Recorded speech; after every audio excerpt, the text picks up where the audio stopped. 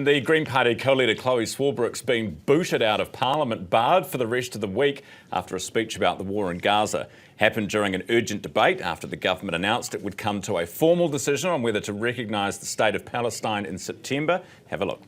So, Mr. Speaker, I will reiterate my call for the government to pick up our unlawful occupation of Palestine sanctions bill and to sanction Israel for its war crimes. If we find 6 of 68 government MPs with a spine, we can stand on the right side of history. That is completely unacceptable to make that statement. Withdraw it and apologise. No. Then leave the House for the rest of the week. Happily. Joining me this morning, Chlöe Swarbrick and David Seymour. Good morning, team. Good morning. Good to see you. Chloe, apparently Jerry Brownlee has said if you apologise today, you can go back to the House. Are you going to say sorry? I don't really know what I have to apologise for here, Ryan. Let's just focus on the substance of the issue, which is that right now we know that innocent people are being mercilessly carpet-bombed and slaughtered, and that governments and leaders of governments across the world have an opportunity to do something meaningful. That can look like recognising the statehood of Palestine, but more than that, it can look like sanctioning Israel for its war crimes. And that was precisely the point that I was making in my speech yesterday, asking if there is one member of the government with a spine to please stand up and do the right thing. David, have you got the spine? Well, I mean, let's begin by just correcting one thing. Chloe has repeatedly said that Israel is carpet bombing Gaza. That's not true. Carpet bombing has a definition. And once you start to unpack the other things that Chloe is saying, there's a lot of inaccuracy in there.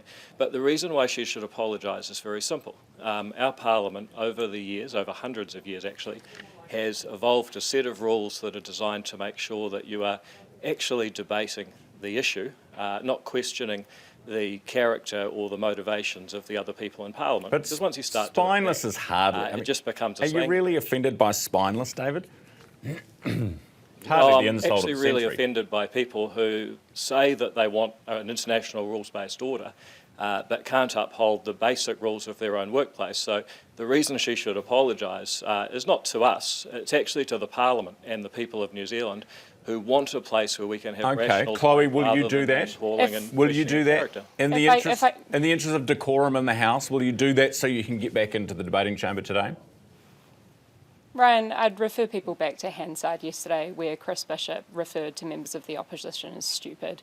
But again, if we can just come back to the substance of this issue. Well, two wrongs don't make a right. We will get to that, Chloe. Chloe, we will come to that. But but Ryan, I think that this is actually the core point here, because I have been on your show, I have stood next to this guy on multiple different versions of your show, as we have consistently unpacked and spent more time focusing on the words that are being used to advocate for Palestinian freedom than the crisis that is unfolding before our very eyes. All right, well, let's talk about the crisis. Should be swept into on the sea. this I mean, you can government understand why people to are do the upset right about thing. that. All right. Let's talk about the crisis. Chloe, can we? I just want to get this from you. If we recognise Palestine, for a better world overseas. David, sorry, if you can just hold fire for 1 second. Chloe, if we recognise Palestine as a state, will anything practically on the ground for those starving children change, or is it symbolic? It is a moral and diplomatic move forward. So what it would do is align us with 147 other United Nations member states, which in turn helps to strengthen the case for putting sanctions and pressure on Israel, which is precisely the direction that we need to be moving in. So yes, you are right that there is an element of symbolism to it, but that solidarity comes with weight. And this is the point that we have been making consistently as the Greens. The government has been telling the country that it is doing everything that it possibly can as it issues empty statement after empty statement.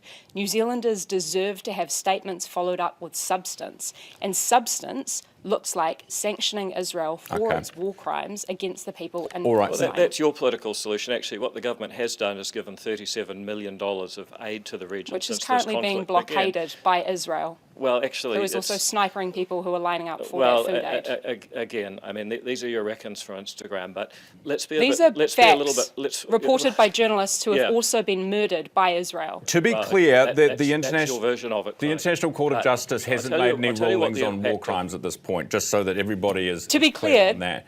it hasn't. Sorry, if we can, the International Court of Justice has issued an advisory opinion which says that what is happening is likely a genocide. And what it seems as though is what this government is intent on doing is seeing that genocide be successful before it finally acts. All right. Just the Genocide Convention compels us to act. I want to move on, guys. I want to move on from genocide. this. So just for the absence of doubt, will we see you in Parliament today, Chloe? I will be in Parliament today, yes. All right. So you're going to apologise? That's obviously a yes too. I don't know what I have to apologise for. Well, because you can't go back without apologising. That's the thing. So anyway. I'm engaging directly with the Speaker's office, and Okay. I think that he will come to understand that the punishment that he's dished out is completely contrary to the reality. Good luck with that. Okay. All right, let's this move is on. The problem with extremists, they believe the ends justify the means because they're so right they don't need to play by anyone else's Debt. rules or justify Debt. or The Deputy persuade. Prime Minister. David, do I have your attention with debt?